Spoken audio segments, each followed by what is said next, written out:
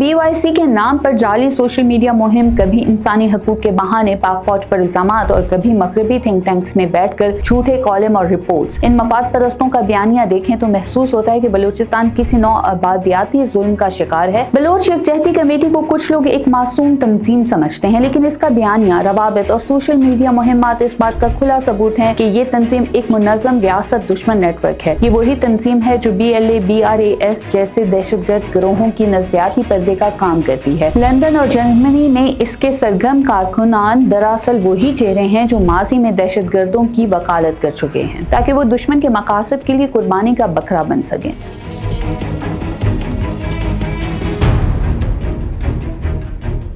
बलूचिस्तान जो कुदरती वसाइल, जोग्राफियाई अहमियत और सकाफती तनों से माला माल है, न सिर्फ पाकिस्तान बल्कि पूरी दुनिया के लिए एक स्ट्रेटेजिक खिता बन चुका है। यही वजह है कि बैरूनी कुव्वतें खसूसन भारत, इसराइल और इनके आलाकार मुसलसल बलूचिस्तान को अदम इस्तेहकाम की तरफ धकेलने में मसरूफ हैं। इनके लिए सबसे कार आमद मोहरे वो मफाद परस्त अनासिर हैं जो यूरोप, अमरीका और भारत में बैठकर ऐशो इशरत की जिंदगी गुजार रहे हैं, लेकिन बलोच नौजवानों को रियासत पाकिस्तान के खिलाफ इस्तेमाल कर रहे हैं। ये खुद साख्ता बलोच कौम परस्त ना बलूचिस्तान के दुख से वाकिफ हैं, ना ही वहाँ की जमीनी हकाइक से। इनका वाहिद मकसद मगरबी एजेंसियों, भारतीय खुफिया नेटवर्क्स और इसराइली प्रोपेगेंडा मशीनरी के साथ मिलकर पाकिस्तान को दुनिया में बदनाम करना और बलोच नौजवानों को बंदूक उठाने पर मजबूर करना है। ये अफराद खुद लंदन, न्यूयॉर्क और दिल्ली में महफूज तरीन जिंदगी गुजार रहे हैं। इनके बच्चे महंगे तालीमी इदारों में तालीम हासिल कर रहे हैं, बैंक अकाउंट्स भारी हैं और रिहाइशें आलीशान हैं, लेकिन बलूचिस्तान के नौजवानों के हाथों में ये क्लाशनकोफ देखना चाहते हैं ताकि वो दुश्मन के मकासद के लिए कुर्बानी का बकरा बन सके। कभी BYC के नाम पर जाली सोशल मीडिया मुहिम, कभी इंसानी हकूक के बहाने पाक फौज पर इल्जामात और कभी मगरबी थिंक टैंक्स में बैठकर झूठे कॉलम और रिपोर्ट्स। इन मफाद परस्तों का बयानिया देखें तो महसूस होता है कि बलूचिस्तान किसी नौ आबादियाती जुल्म का शिकार है। हालांकि हकीकत यह है कि बलूचिस्तान आज तरक्की की नई राहों पर गामजन है। बलोच यकजहती कमेटी को कुछ लोग एक मासूम तंजीम समझते हैं, लेकिन इसका बयानिया, रवाबित और सोशल मीडिया मुहिम्मात इस बात का खुला सबूत है कि ये तंजीम एक मुनज़्ज़म रियासत दुश्मन नेटवर्क है। ये वही तंजीम है जो BLA, BRAS जैसे दहशतगर्द गिरोहों की नजरियाती पर्दे का काम करती है। लंदन और जर्मनी में इसके सरगर्म कारकुनान दरअसल वही चेहरे हैं जो माजी में दहशतगर्दों की वकालत कर चुके हैं। BYC का हदफ नौजवान बलोच नस्ल है। वो इन्हें ये यकीन दिलाने की कोशिश करते हैं कि रियासत इनकी दुश्मन है। सोशल मीडिया पर बलोच जेनोसाइड की जाली हैशटैग्स, झूठी वीडियोस और मन घड़त बयानात के जरिए